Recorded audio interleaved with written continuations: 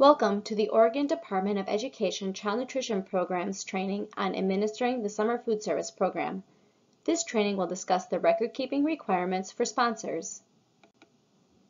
Sponsors must keep full and accurate records so they can substantiate the number of program meals that they have submitted on each claim for reimbursement and that SFSP funds are used only for allowable SFSP costs. To justify claims for reimbursement, sponsors must maintain the following records: meal counts taken daily at each site, program operating costs including food and other costs, program administrative costs including labor and supplies, and funds accruing to the program. Additionally, records that document training, site visits, and site reviews will be discussed. The USDA Administrative Guidance for Sponsors and the Monitor's Guidance Manuals have many sample templates for forms and records that are required in the SFSP. ODE CMP encourages sponsors to use the templates provided in these manuals for their record keeping. All sponsors must use daily site meal count records in order to document the number of program meals they have served to children. The sponsor must provide all necessary record sheets to the sites. Site supervisors are then responsible for keeping the records each day. The site personnel must complete the records based on the actual counts taken at each site for each meal service on each day of operation. Site personnel and monitors must understand the importance of accurate point-of-service meal counts. Only complete meals served to eligible children can be claimed for reimbursement. Therefore, meals must be counted at the actual point of service. For example, meals are counted when a complete reimbursable meal is served to the child to ensure that an accurate count of meals are served is obtained and reported. Counting meals at the point of service also allows site personnel to ensure that only complete meals are served. Site personnel must be sure that they record all required counts. These counts should include the number of meals delivered or prepared by type, breakfast, snack, lunch, supper. Requirements for vended meals or meals delivered from a central kitchen are located in the USDA Administrative Guidance for Sponsors. Other meal count records include complete first meal served to children by type, complete second meal served to children by type, excess meals or meals left over, non-reimbursable meals, meals served to program adults, if any, and meals served to non-program adults, if any. Sponsors should collect the site records at least every week. They may have their monitors pick up site reports on designated days, or the site supervisors may be asked to mail the records to the sponsor's office.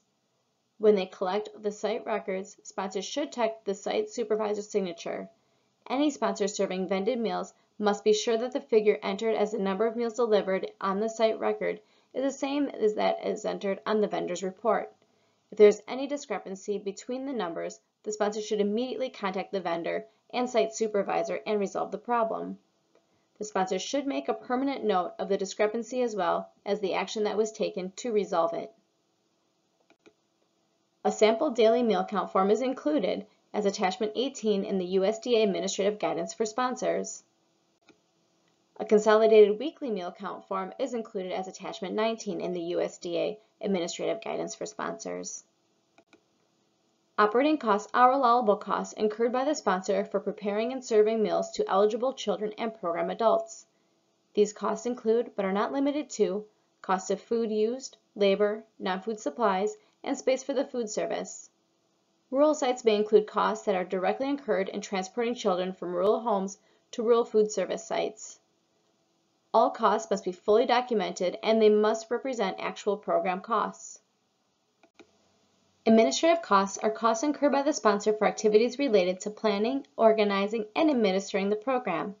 Generally, these activities include preparing and submitting an application for participation, including a management plan containing budgets of operating and administrative costs and staffing monitoring plans, establishing the eligibility of open or restricted open sites by collecting school or census tract data or family income eligibility forms for closed enrolled sites to determine if 50% or more of the children are eligible, attending training provided by ODE CMP, hiring and training site and administrative personnel, visiting sites, reviewing and monitoring operations at sites, and documenting these visits and reviews, preparing and submitting a plan for the invitation to bid when the sponsor wants a contract with a food service management company, preparing and submitting claims for reimbursement, and performing other activities that are necessary for planning, organizing, and managing the program.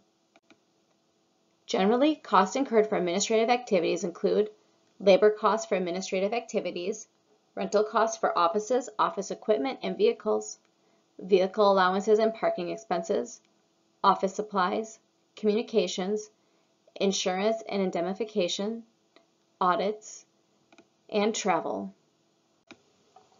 Records must be maintained that document the amount and purpose of all administrative costs attributed to SFSP. For example, time and attendance records must be kept to document labor costs. Several sample forms for documenting administrative costs are in the reference section of the USDA Administrative Guidance for Sponsors. Attachments 23, 24, 25, and 26 are sample forms for tracking specific administrative costs. Attachments 23 and 24 is a sample form for keeping track of mileage. Attachment 25 tracks administrative staff hours worked. Attachment 26 tracks hours of site and food service staff. And Attachment 27 is a sample form for summarizing all administrative costs.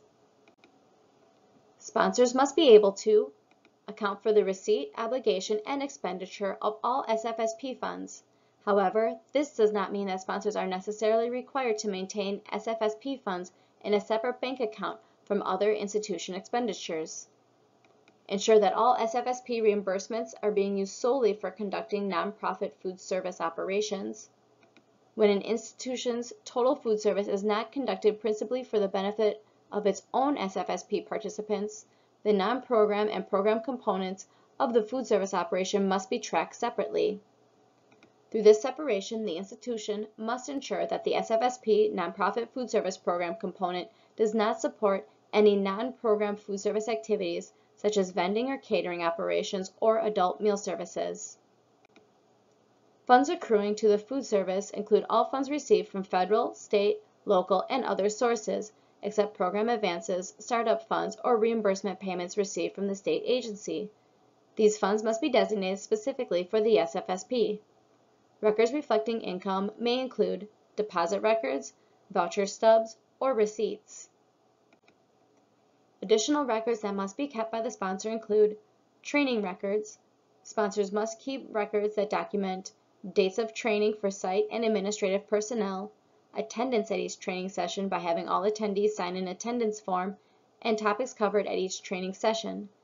Sponsors that have requested advance payments for operating costs must send certification that they have completed training for site and administrative personnel to ODE CMP. Without this certification, ODE CMP will not release the second advance payment for operating costs to the sponsor. This requirement, however, does not apply to school sponsors. Additional information on training and training records is provided in the ODE CMP training on training requirements. Site visit records. Sponsors must be able to document that they have met their monitoring requirements. Monitors must submit a report for pre-operational site visits during the first week of program operations, and site visits throughout the summer. A sample pre-operational form and first week site visit form are included in the sample form section of the USDA Monitor's Guidance. Site review records. Monitors must submit a review report form for each site review during the first 4 weeks of program operations and for site reviews throughout the duration of the program. This form will contain much of the same information as the site visit form, plus information concerning meal preparation and delivery schedules, the quality and accuracy of site records and record keeping, the regular adjustment of meal orders, and whether changes are made in menus. A sample site review form is included in the sample form section of the USDA Monitor's Guidance. There are a number of additional records that you must maintain in your files. These records and the records discussed in this section are summarized in Attachment 22, Checklist of Records, found in the USDA Administrative Guidance for Sponsors. Retention of records. As a sponsor, you must maintain all records for 3 years after the end of the fiscal year of operation or longer if required by ODE CMP. These records must be accessible to federal and ODE CMP personnel for audit and review purposes. Further, these records can only be disposed of after 3 years if there is no unresolved audit findings or the program is not under investigation. In this session on record keeping, the documents required to substantiate the claim were discussed. Sponsors must keep full and accurate records. These records include meal counts, operating costs, administrative costs, funds accruing to the program, training records, visits and reviews, checklist of records, and retention of records. An in-depth discussion of this topic is located in the USDA SFSP Administrative Guidance for Sponsors. If you have any questions regarding this session, please contact your assigned specialist.